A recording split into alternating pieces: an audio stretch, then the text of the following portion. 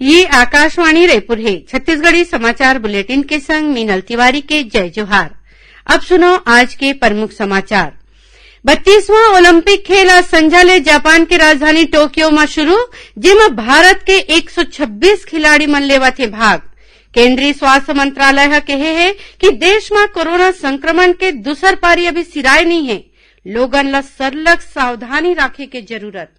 और भारतीय थल सेना कोती ले इतवार 25 जुलाई के होवैया लिखित परीक्षा कोनो कारण ले स्थगित कर दे गए है। जापान के राजधानी टोक्यो में 32वां ओलंपिक खेल समारोह के आज संझा ले शुरू हो गए। एमा 18 ठीन आने खेल में भारत के 126 खिलाड़ी मन भाग लेवत हे। आकाशवाणी, दूरदर्शन और डीडी स्पोर्ट्स चैनल ओलंपिक 2020 के आयोजन ला प्रसारित करही। ये प्रसारण ह आकाशवाणी और दूरदर्शन के डिजिटल प्लेटफॉर्म में घलो उपलब्ध रही। ओलंपिक खेल के सोझे प्रसारण डीडी स्पोर्ट्स में हर एक दिन बिहनिया 5 बजे ले संझा 7 बजे तक करे जाही। इस बीच टोक्यो ओलंपिक खेल में भाग लेवैया भारतीय खिलाड़ी मन के उत्साह भर बिलासपुर के एससीसीएल कर्मचारी मन चीयर फॉर इंडिया मुहिम में शामिल होवत हे। एमा एससीसीएल के कंपनी मुख्यालय परिसर समेत रहवासी कॉलोनी में ओलंपिक कट आउट सजा के राखे गए हे। केंद्र सरकार ह कहे है कि कोविड टीकाकरण में कोनो किस्म के राजनीति नहीं होना चाहिए। लोकसभा में एक सवाल के जवाब देत केंद्रीय स्वास्थ्य और परिवार कल्याण मंत्री मनसुख मांडविया ह कहिन कि प्रधानमंत्री ह देश हित में राज्य सरकार मन संग 20 ठिन बैठका करीन है। ओमन कहिन कि जम्मो झन ला टीका लगा के 100% लक्ष्य पाए बर है। इति छत्तीसगढ़ में कोरोना टीकाकरण के काम जोरदार चलत है। अब तक 1,15,73,000 ले ज्यादा झन ला टीका लग गए है। राजनांदगांव जिला में घलो 60% आबादी के टीकाकरण हो गए है। जिला प्रशासन के मुताबिक कोविड टीकाकरण अभियान ला सफल बनाए में सियान दिव्यांगजन के संग माई लोगन मन अपन भागीदारी निभात हैं। ये बखत जिला में सुरक्षित टीका सुरक्षित परिवार अभियान में लोगन ला कोविड टीका लगाए खातिर प्रेरित करे जाते। केंद्रीय स्वास्थ्य मंत्रालय ह कहे है कि देश में कोरोना संक्रमण के दूसर पारी अभी सिराए नहीं है। लोगन ला सरलग सावधानी राखे के जरूरत हवय। स्वास्थ्य मंत्रालय के संयुक्त सचिव लव अग्रवाल ह आज पत्र सूचना कार्यालय आकाशवाणी और दूरदर्शन के अधिकारी मन के एक ठीन कार्यशाला में बोलत किहिन कि देश में हर एक दिन अवैया कोरोना संक्रमण के नवा मामला कमती जरूर होए है। फिर ये बखत कोनो भी किस्म के कोताही बरतना खतरनाक हो सकत है। ओमन लोगन ले अपील करीन कि सबो जन कोविड टीका जरूर लगवावे और टीकाकरण के बादो जौन सावधानी बताए गए है ओखर पालन करें। आज राष्ट्रीय प्रसारण दिवस है। बछर 1927 में आज के दिन देश में पहली गांव बम्बई स्टेशन ले रेडियो में प्रसारण करे गे रहीस। देश के करीबन पूरा आबादी और 99% ले ज्यादा क्षेत्र में आकाशवाणी के पहुंच हवय। एमा कई ठन भाषा में प्रसारण और सामाजिक, आर्थिक और सांस्कृतिक विविधता जैसन श्रेणी में सेवा शामिल है। एखर ले आकाशवाणी विश्व में सबले बड़े प्रसारण संगठन में एक हवय। सूचना और प्रसारण मंत्री अनुराग ठाकुर ह राष्ट्रीय प्रसारण दिवस में लोगन ला बधाई दीन है।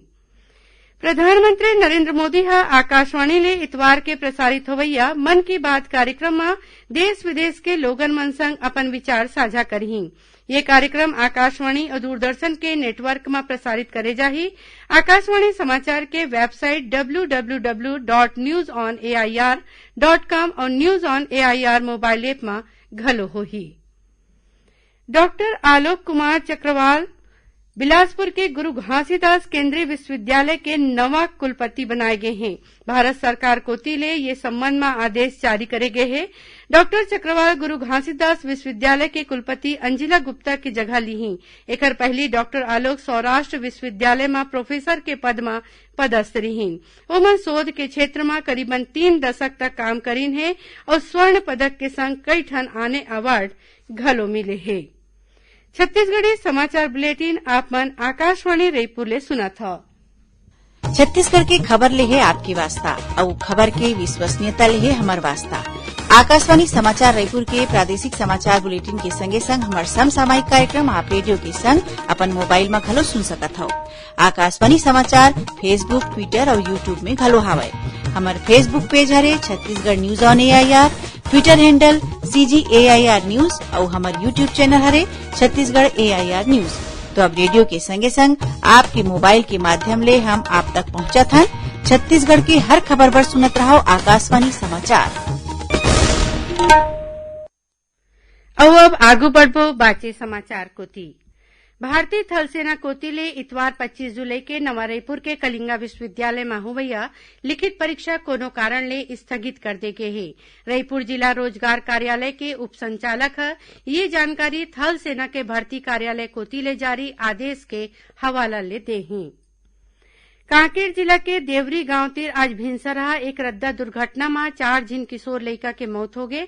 घटना ले गुस्साए गांव के लोगन मन कई घंटा तक रद्दा में चक्का जाम करीन। खबर के मुताबिक बार देवरी गांव के रहैया ये चारों लइका बिहनिया घूमे बर निकले रहीन। यही बेरा तेजी ले आवत ट्रक के चपेट में आए ले मौकज में चारों के मौत हो गई। दुर्घटना के बाद आरोपी ट्रक ड्राइवर भाग गए हैं।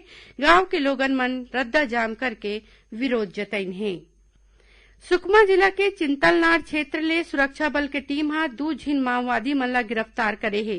इखर ले विस्फोटक जिनिस घलो बरामद होए हे।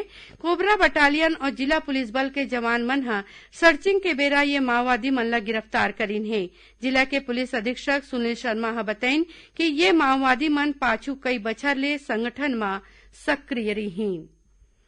मुख्यमंत्री भूपेश बघेल कहिन है कि स्वतंत्रता संग्राम सेनानी और राजनेता स्वर्गीय बिसाहू दास महंत के जीवन सेवा बर समर्पित रहिस।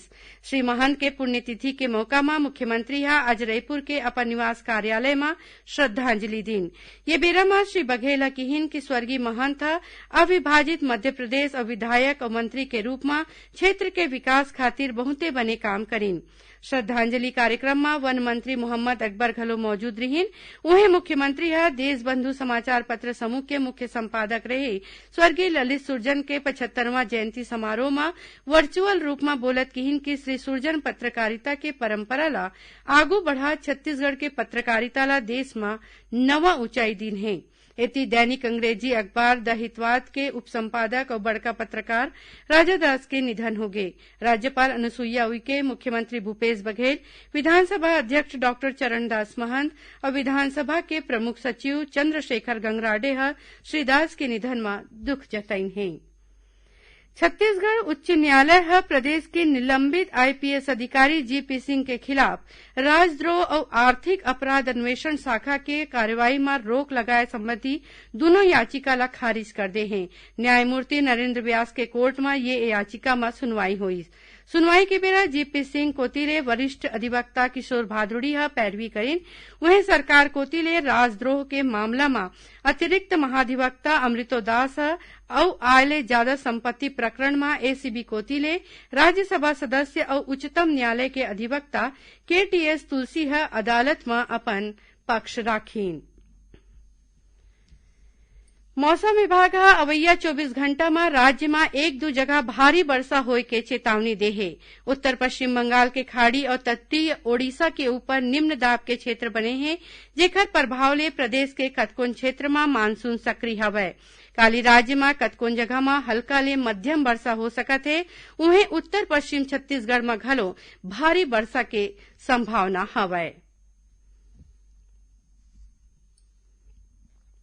आखिर में प्रमुख समाचार एक घाव फेर। 32वां ओलंपिक खेल आज संझा ले जापान के राजधानी टोक्यो में शुरू, जेमा भारत के 126 खिलाड़ी मन लेवत हे भाग। केंद्रीय स्वास्थ्य मंत्रालय कहे है कि देश में कोरोना संक्रमण के दूसर पारी अभी सिराए नहीं है। लोगन ला सरलग सावधानी राखे के जरूरत हवै। और भारतीय थल सेना कोतिले इतवार 25 जुलाई के होवैया लिखित परीक्षा कोनो कारण ले स्थगित कर दे गे हे। एकरे संग छत्तीसगढ़ी समाचार बुलेटिन इहे सिरावत है। जय जोहार।